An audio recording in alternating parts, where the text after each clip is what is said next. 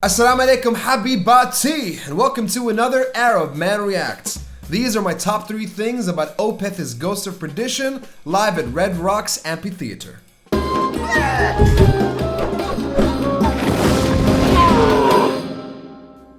Now I'll tell you, this was definitely a very hard one. This was very difficult for me. There's so much going on in this song that putting it down to just 3 things was a very difficult decision-making process. Extremely difficult. There's so many incredible, amazing, unbelievable things about this song and about this performance, but after a lot of self-questioning and doubt and meticulous going back to parts and listening to them, I have designated and discovered and decided on 3 things that I think are my favorite, but very confused about the order. My top 3 thing, my top 3rd favorite thing about this performance is the singer. What's his name? Mr. MIKAEL ÅKERFELDT. What did I say? Mr. MIKAEL ÅKERFELDT.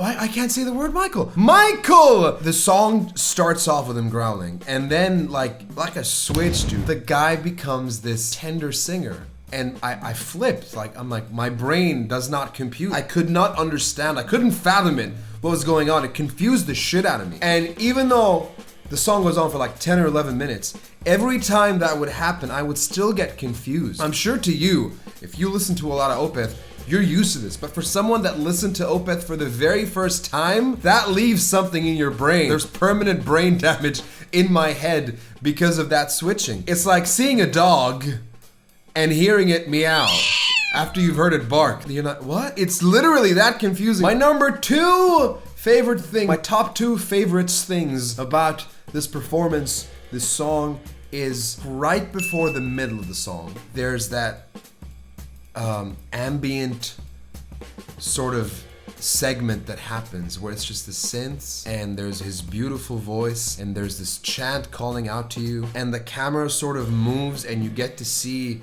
what I assume is the Red Rock from the Red Rocks Festival, and you get to see the crowd and the lighting and that whole atmosphere there, and that really just takes you away to a place that gives the song a deeper layer, like a deep extra dimension to the song that you would not expect. Like if you heard the first bit of the song and then you heard this bit, you would never in a million years think this was the same song, or the same artist for that matter. It's just their ability to do that, which is really astonishing. And they brought it back at the end, but there was like a heavy riff over it, and it just sounded very cool. And now, my top 1 thing, my favorite thing, my top 1 thing about this video, about this performance, about Opeth's Ghost of Perdition at Red Rocks. Can you guess it? Can you guess it? Type it down below.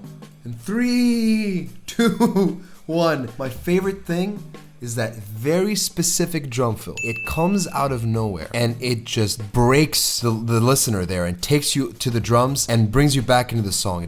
It shoots you back in. And here's what I love about it. It's not complicated. It's not a complex thing. It's not him playing every bit of the drums that he has. It's not him going all the way out on it. He's literally playing the kick and the snare. He's playing 2 things. And it is so simple, but it shows you how just using 2 things, 2 elements of your drum kit can really put all the attention on you. He took it away from everybody with 1 drum fill, like 2 seconds. Simplicity at its finest, and really makes you appreciate how incredible this individual is. Now, if you haven't seen the reaction video, we're gonna link it down there in the description, and you can go and watch it and just really, it caught me so off guard, and I think you'll probably get to see that reaction if you watch that video. So those are my top 3 things about the song. Let me know what yours are. Leave them down there in the comments below. Do consider liking and subscribing if you like what we're putting out here. We will catch you in the next one. Enjoy the rest of your evening.